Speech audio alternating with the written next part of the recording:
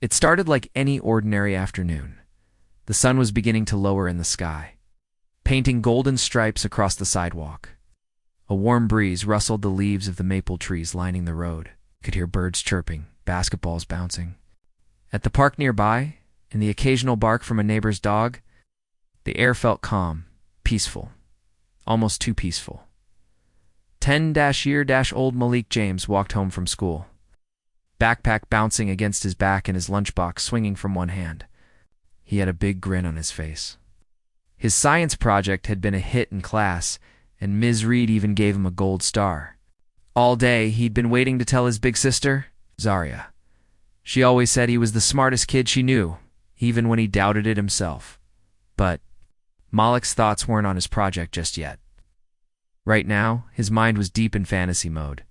In his head, he wasn't just a fifth grader from Park Hill Elementary, he was Captain Lightning, charging into battle with his invisible sword. Fighting space monsters and saving galaxies, he leaped over a crack in the sidewalk and made a whoosh sound. That's when he saw them. 3 boys, older, bigger, meaner. They stood in the middle of the sidewalk just past the basketball court, blocking the narrow alley Malik usually used. As a shortcut to get home, the tallest one leaned against a red BMX bike. The other two stood with their arms crossed, eyes locked on Malik. He didn't recognize them. They weren't from his school. Something about the way they stood silent, staring made the air around Malik grow colder, tighter. He slowed down. His grip on the lunchbox tightened. Then one of them stepped forward. "You looking at us?" "Shrimp?" he barked, voice sharp like glass. Malik blinked. I wasn't. I swear." The boy smirked and exchanged a glance with his friends. "You calling me a liar now?" Before Malik could answer, the tallest boy stepped forward and shoved him hard. Malik stumbled back, his foot catching on a crack in the pavement. His lunchbox. His heart slammed in his chest. The second boy yanked Malik's backpack off his shoulders and opened it like it belonged to him. Books and papers spilled out onto the sidewalk. "Let's see what the baby's carrying," he said mockingly. "Ooh, a math workbook. You're one of those smart kids, huh?" Malik lunged to grab it back, but the boy easily held him off with one. "Hand gimme that," Malik shouted. But the boys only laughed. "Ah, he's got a little bark in him," one of them said. Then they pushed him again. Harder this time. Malik fell to the ground, scraping his elbow. His knees hit the concrete with a painful thud. Tears stung the corners of his eyes, but he bit them back. Didn't want to cry. He couldn't, not in front of them, but he was scared. Really scared, and that fear cracked open his voice. "Help!" Screamed once. Twice. But the sidewalk was empty. The road was quiet. A car passed by, but didn't stop. He screamed again. "Help!" Still, no one came. No one until she did. From across the street, a girl dropped her smoothie. It hit the pavement and exploded in a purple splash. Zaria James, 16 years old, turned and sprinted. Her braids flew behind her. Her eyes wide and furious, locked on the group of boys surrounding her brother. She wasn't running like a scared teenager. She wasn't running like someone who wanted to break up a fight. She was running like a storm, like fury and focus packed into a single. Human being because you don't touch Zaria James's little brother. She vaulted the small iron fence like she'd done it 1,000 times. Her sneakers hit the sidewalk with a soft thud as she landed in a low stance right between the boys and Malik, who was still on the ground, clutching his elbow and looking up at her like an angel had just landed. "Zarius." The voice was low. "Calm. To calm. Step away from him." The boys looked at her, confused, amused. The tallest one laughed. "And who are you supposed to be? His mama?" "I'm his sister," Zaria said. "And you've got 3 seconds to back off." They laughed harder. "Ah, little sis thinks. She's tough," one of them mocked. "What are you gonna do, huh? Swing that lunchbox at me?" Zaria didn't move, but her eyes were locked like a missile. "I don't want to hurt you," she said. "But if you touch him, Magina, won't hold back." They still didn't get it. They didn't know who they were talking to. Zaria had been training in martial arts since she was 6 years old. She wasn't just a black belt. She was one of the top-ranked teen martial artists in the state. She had trained 5 days a week. She didn't just know how to fight. She knew how to control her power. When to strike, where to strike, what to disable. Someone without even hurting them badly. The boys didn't stand a chance. The leader stepped forward. Raising a fist, Zarya's stance shifted instantly. Shoulders square, feet grounded, body relaxed. When he lunged, she didn't back away. She leaned in. His punch swung toward her head, but Zarya ducked, spun low, and swept his legs from under him. He hit the pavement with a loud thud. Wind knocked out of his lungs. Before the second boy could react, she turned and faced him. He swung, sloppy, desperate. She sidestepped, grabbed his wrist, twisted, and pushed his elbow gently to guide him to the ground controlled. Clean, quick. The third boy froze. Zarya didn't say a word to him. Her eyes said enough. He dropped Malik's backpack and bolted. The others scrambled to follow, groaning and cursing as they limped down the sidewalk and disappeared around the corner. Zarya turned to Malik, breathing steady, heart calm. She reached out a hand. "You okay?" Malik nodded slowly, still in shock. Then he smiled a little. "You were like... a superhero." Zarya smirked and helped him to his feet. "Superheroes wear capes," she said. "I just wear sneakers." From across the street, 16-year-old Zarya James dropped her smoothie. Purple berry liquid splashed across the pavement unnoticed. She heard him. She knew that scream. It cut through traffic, through wind, through everything. Her little brother Malik. That scream wasn't for fun. It wasn't a "hey, look at me" kind of shout. It was panic. It was fear. And that changed everything. Zarya didn't hesitate. She didn't think about her phone, her bag, or the conversation she had just left behind with her friend at the corner store. She just ran. Her legs moved before her mind could catch up. She sprinted full speed across the street, dodging a passing car that honked in alarm. Her heart pounded, not out of fear, but out of focus. That was her brother, and someone was messing with him. She reached the sidewalk and didn't slow down. A small black fence bordered the park. Most people would have gone around. Zarya didn't. She leapt. Years of martial arts training kicked in. Her body curved gracefully midair. One knee up, one leg back. She cleared the fence with inches to spare and landed with a soft but solid thud between Malik and the 3 boys. Everything paused. Malik blinked in shock, tears frozen on his cheeks. The 3 bullies straightened up, confused by the sudden appearance of a girl who seemed too calm. Zarya didn't glance back at her brother. She didn't need to. Her stance said everything. Feet shouldered width apart, and knees bent slightly. Arms down, but ready. Centered, balanced. The leader, the tallest boy, in a torn black hoodie, tilted his head and smirked. "Well, what do we got here?" he sneered. "You gonna cry for him, girlie?" His friends chuckled. One even mimicked a fake sob. Zarya didn't flinch. Her eyes locked on the leader. She studied him, noted his posture lazy. His legs wide, too wide for proper balance. His shoulders puffed up to look bigger than he was. Intimidation tactics. "Sloppy, you've got 3 seconds," she said. Her voice was calm, controlled. No fear. Drop the bag. Walk away. The boys looked at each other, confused, then laughed. "Yo, is she serious?" one of them said, wheezing. "This chick thinks she's in a movie or something." The leader stepped forward, cracking his knuckles. Bad choice. Zarya's breathing slowed. Her training took over. Not just the moves, but the mindset. Never strike first, but always finish it if you must. Her instructor's voice echoed in her memory. "Let your opponent show you who they are, then shut them down." The boy swung. A wild, clumsy hook aimed at her face. Zarya leaned back, letting the punch pass harmlessly in front of her nose. In the same fluid motion, she stepped in, hooked. Her leg behind his, and swept. His feet flew out from under him. He landed on his back, breath whooshing out of his chest. Before he could process what had happened, Zarya stepped over him and turned to the next one. The second boy stockier with a buzz cut charged her. No technique, just rage. He grabbed.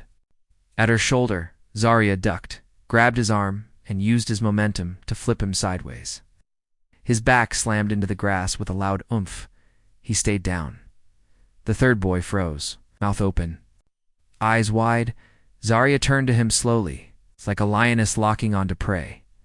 No words, just that look. He dropped Malik's backpack. And so did the other two. They didn't even look back. Silence. Only the wind moved. Zarya exhaled. Letting go of the tension in her body, she turned and finally looked at Malik. He was sitting on the ground, arms wrapped around his knees, his backpack clutched tight against his chest. His eyes were wide, filled with both shock and awe. "You, okay?" she asked gently, kneeling beside him. He nodded slowly, then jumped into her arms, hugging her tight. Zarya smiled and held him close. "You were like a ninja," he whispered. She laughed softly, rubbing the back of his head. "Nah, ninjas wear masks. I just wear sneakers." Yeah, but someone else had seen everything too. A girl from Zarya's school, Naomi. A junior, had been at the corner store across the street. She'd pulled out her phone the second she saw Zarya vault the fence. She caught it all. Every second, not just the kicks and flips, but the fear, the bravery. The moment Malik hugged her. By the time Zarya walked Malik home and made him a peanut butter sandwich, Naomi had already posted the video on TikTok. Caption: "Don't mess with her little brother. Ever." The next morning, Zarya woke up to 48 missed notifications. Her phone vibrated, non-stopped at first. She was confused. She thought maybe it was her friends texting about homework or weekend plans. Then she opened Instagram. Her face was everywhere. Someone had slowed down the video, adding dramatic music. Others turned it into edits. Martial arts sister of the year. Who needs Batman when you have Zarya? Malik's big sis equals legend. One post had 2.3 million views overnight. She dropped the phone in shock. "What the heck? ... By lunchtime, the school halls were buzzing. People whispered and pointed. Some clapped. Others asked for selfies. One teacher even said, "So, you're the viral sister, huh?" Zarya felt weird about it. She didn't do it for attention. Didn't even realize someone had recorded her. All she cared about was Malik. But that night, something happened that changed everything. She got a message on her martial arts account from the National Girls Martial Arts Alliance. They wanted her to speak at a youth self-defense summit in the city next month. Then another message from a local women's shelter asking if she could teach a beginner's class for teen girls. Zarya blinked. Me, teach, speak. Her mom sat beside her, eyes glowing with pride. "You didn't just fight, baby," she said. "You protected. That's what real warriors do." Later that evening, she tucked Malik into bed. He was quiet, staring at the ceiling. "You okay?"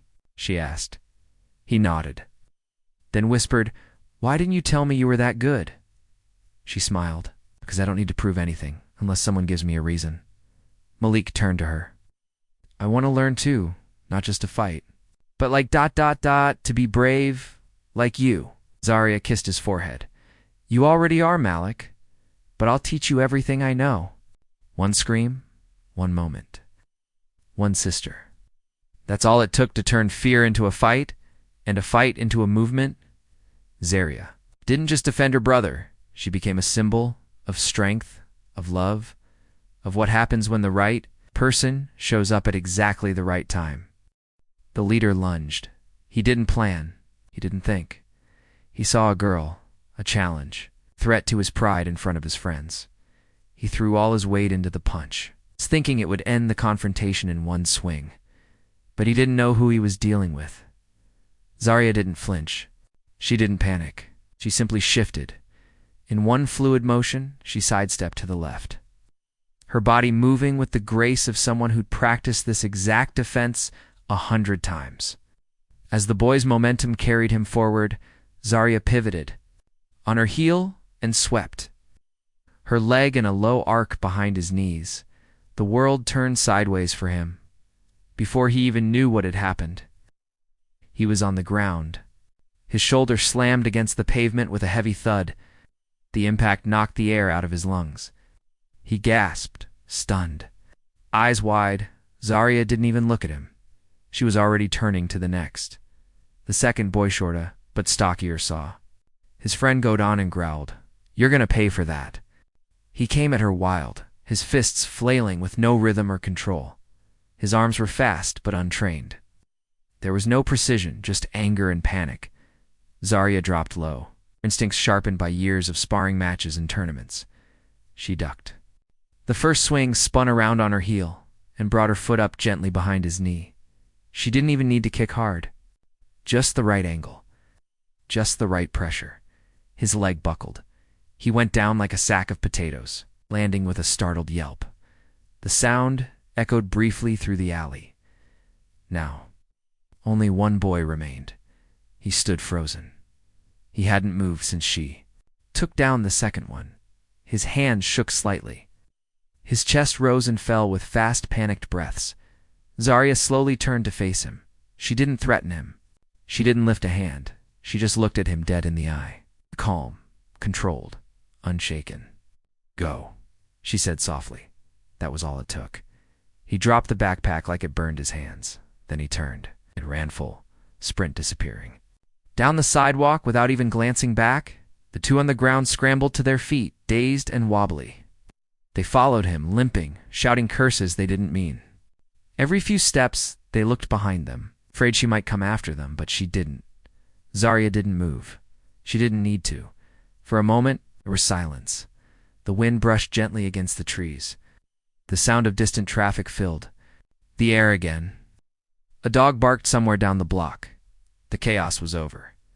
Zarya turned around. Her eyes landed on Malik, still sitting on the ground, knees tucked to his chest, his little fists gripping his backpack like it was a shield.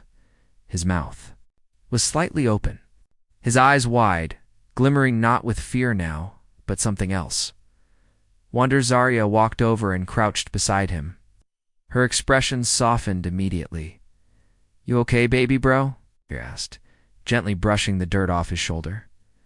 Malik nodded slowly, his voice barely above a whisper. "You're like a superhero." Zarya smiled. Not a grin. Not a smug smirk.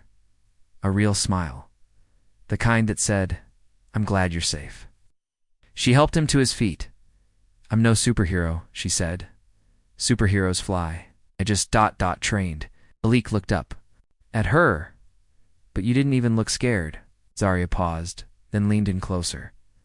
"Want to know a secret?" He nodded quickly. "I was scared," she whispered.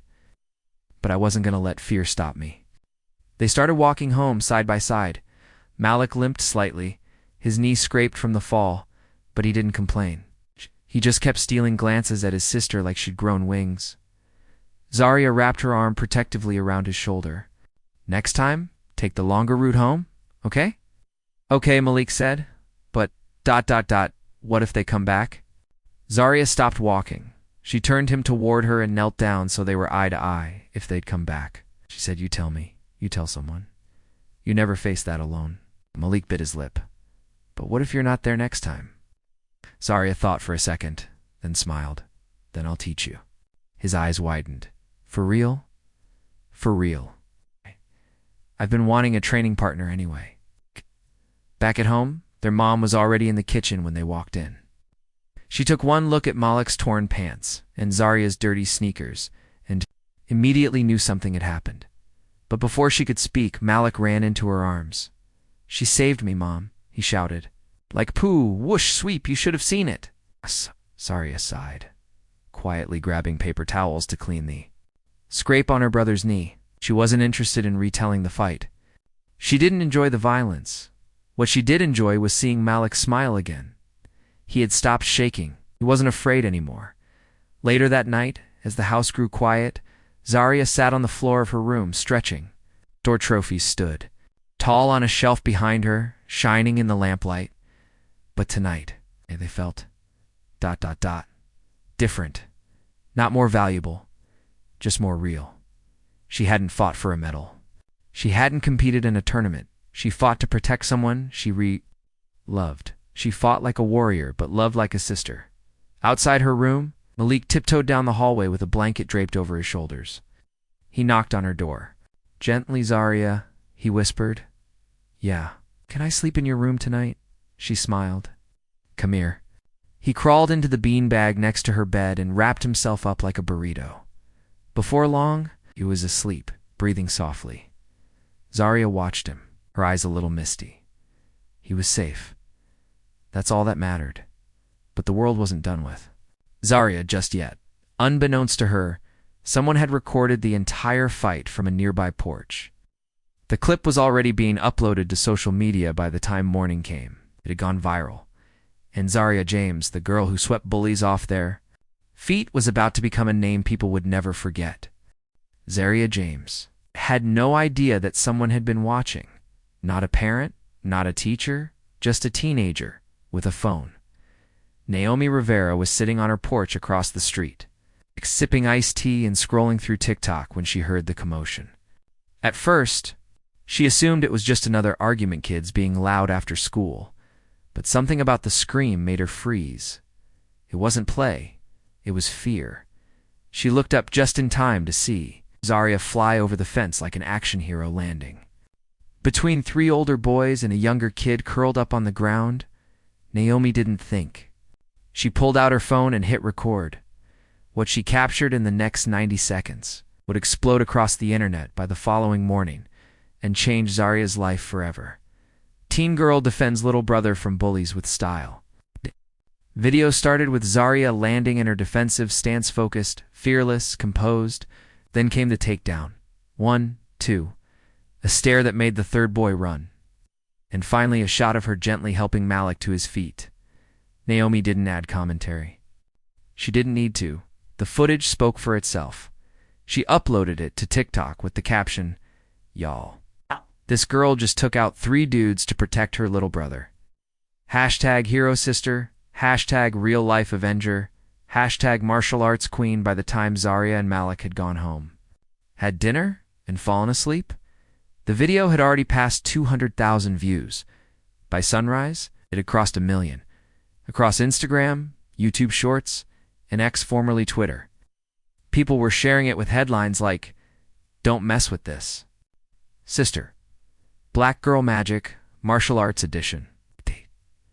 A big sister just did what every kid dreams of." One edit overlaid the footage with the Avengers theme music. Another used slow motion with glowing special effects, making it look like she had powers. But the comments, those were what hit deepest. This is what real strength looks like. She didn't just fight, she protected. Mad respect. That boy will never forget what his sister did for him. This is why we need more self-defense taught in schools. She handled that like a sensei and a big sister at the same time. Iconic. It may be the most repeated comment of all, Zaria for president. But Zaria didn't know any of it. She wasn't scrolling TikTok. She wasn't checking Hosh. She was doing Malik's laundry, carefully rinsing out the bloodstain from his scraped knee, trying to figure out if she could fix the strap on his backpack that had been yanked off, cleaning up the mess. Not just physically, but emotionally. To her, the fight was already over. She had done what needed to be done. She protected her brother, and that was that. At school the next day, everything felt different. Whispers followed her down the hallway. Some kids pointed. Others stared. A few even smiled at her in admiration. Her friend Tiana ran up, panting like she'd sprinted across the school to find her. "Girl, did you see what's happening?" Zaria blinked.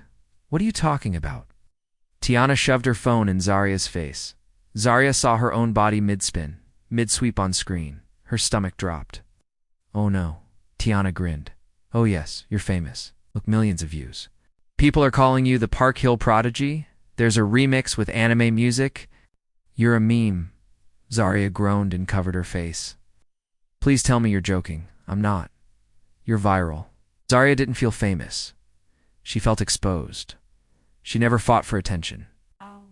She never posted her martial arts clips online, even when her coach encouraged her to. For her, martial arts wasn't about looking cool. It was about control, discipline, peace. But now, people were reposting, remixing, reacting. Even her PE teacher stopped her before class. "You've got serious skill, Zarya." That was textbook balance and precision. You ever think about competing at the state level? She mumbled something polite and walked on. But at home, things were different. That afternoon, Zarya opened her DMEs and found hundreds of unread messages. Some from old classmates, some from strangers, but others were surprising. One was from a youth self-defense nonprofit in Atlanta. They offered her a free scholarship to attend their teen instructor certification program. Another was from the National Girls Martial Arts Alliance. They invited her to speak at a virtual summit about using martial arts for protection, empowerment, and peace. Then there were emails from local reporters asking for interviews. One read, "We'd love to feature Zarya and her brother on our evening news. Your courage, skill, and sisterly love inspired so many." Zarya closed the laptop.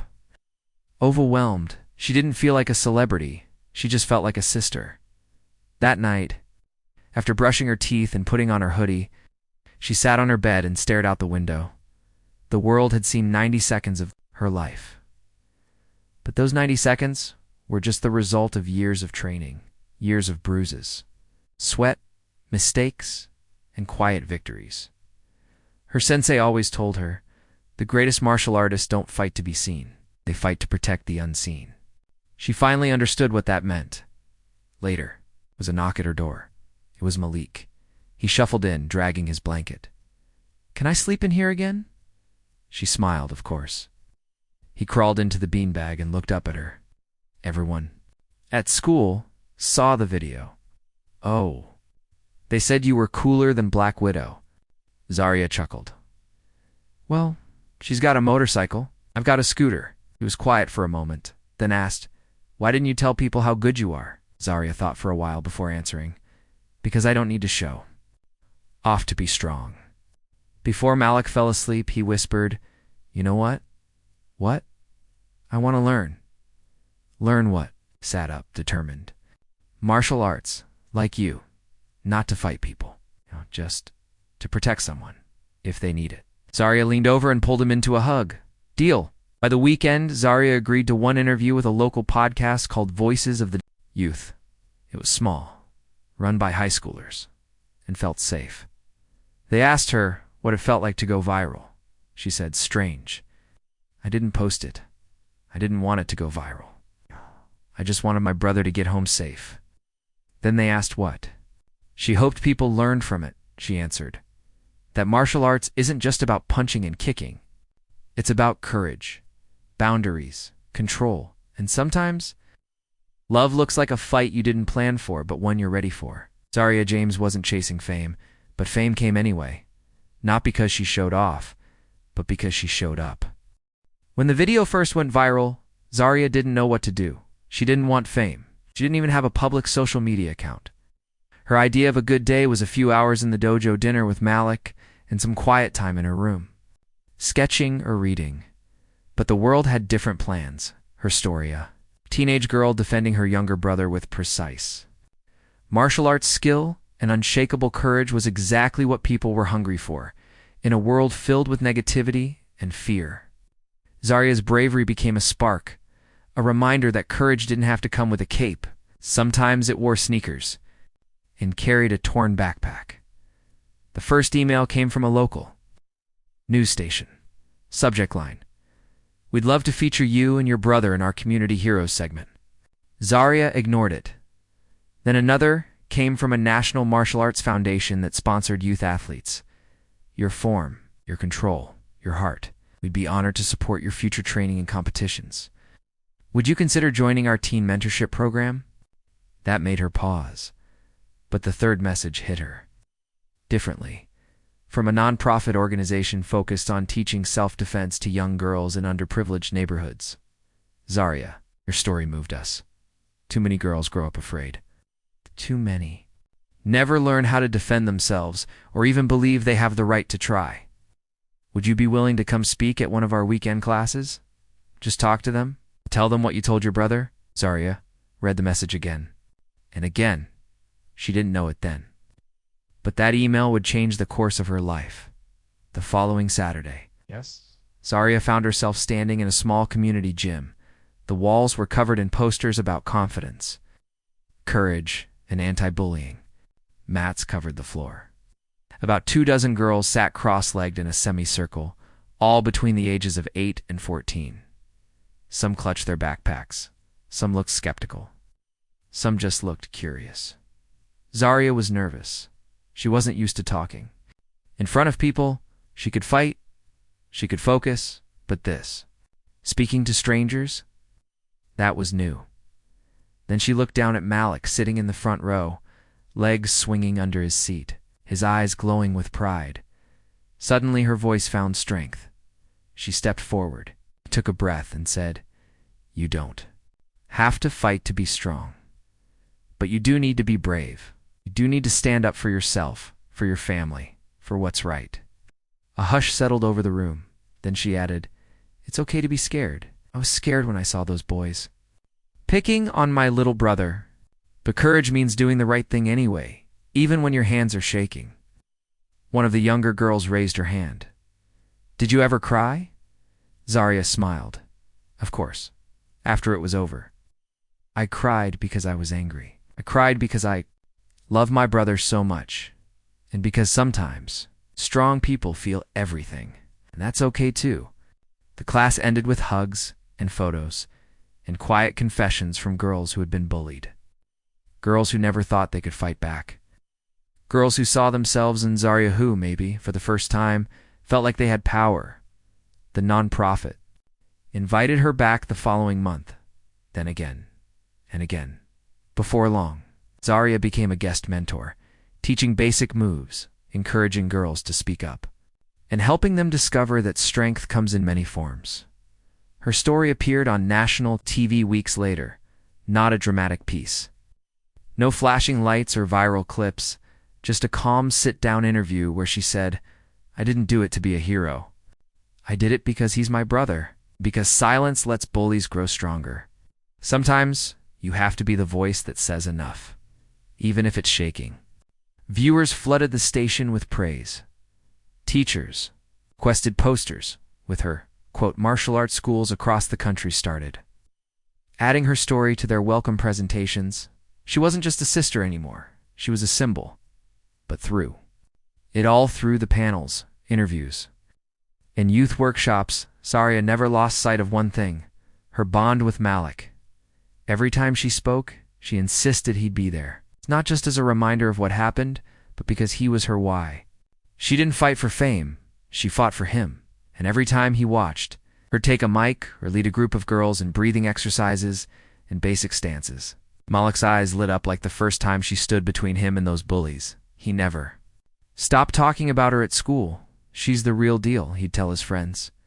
"She could probably take out a whole gang of ninjas. She's not just my sister, she's my sensei." Months passed. Zarya's name kept growing in quiet circles. Parents, educators, girls who once felt invisible, and then came a special invitation, the National Youth Empowerment Summit, an annual event in D.C. that celebrated teens who were making real change in their communities. Zarya was chosen as a keynote youth speaker. She almost turned it down. "I'm not good at speeches," she told her mom. But her mom just looked at her and said, "You don't need to be good at speeches. Just need to speak the truth. It's what you've always done." So Zarya went. She stood in front of a packed auditorium of students, parents, mentors, and leaders. Malik sat in the front row wearing a new button-up shirt and beaming like his heart might burst. Zarya stepped up to the podium and said, "I didn't grow up thinking I'd be a leader. I just wanted to be a good sister. I didn't choose to go viral, but I do choose this right now, to speak, to stand, to tell every girl out there, you are not too small. You are not too weak. You are not to anything. You are enough. What you have the right to protect your body, your mind, your future." When she finished, the room stood, people clapped. Some wiped tears, but Zarya didn't look at them. She looked at Malik, who stood the fastest. clapping the loudest, smiling the widest. And when someone asked Malik later, "So, what do you want to be when you grow up?" he didn't say police, officer, or firefighter, or even superhero. He looked at the camera, straight-faced and proud, and said, "I want to be like my sister." If this story touched your heart, if you believe in standing up for what's right, then don't forget to like this video, share it with someone who needs to hear it. Subscribe to our channel for more real, powerful stories just like this one, because heroes aren't born, they're made in moments like these. See you in the next story.